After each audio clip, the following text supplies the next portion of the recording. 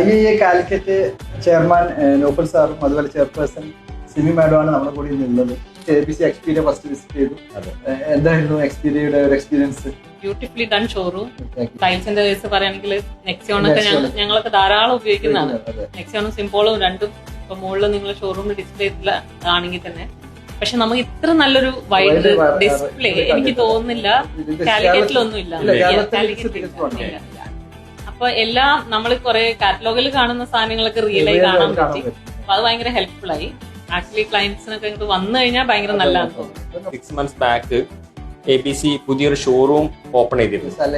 അല്ലേ, അന്ന് മുതലേ ഞങ്ങള് പറയുന്ന സാധനം നമുക്ക് അങ്ങനെയാണെങ്കിൽ നമുക്ക് ABC ഒന്ന് വിസിറ്റ് ചെയ്യണം. യങ് ജനറേഷന് ഈ ABCനെ പരിചയപ്പെടുത്തുന്ന നമ്മൾ അന്നേ പറഞ്ഞ സാധനമാണ്.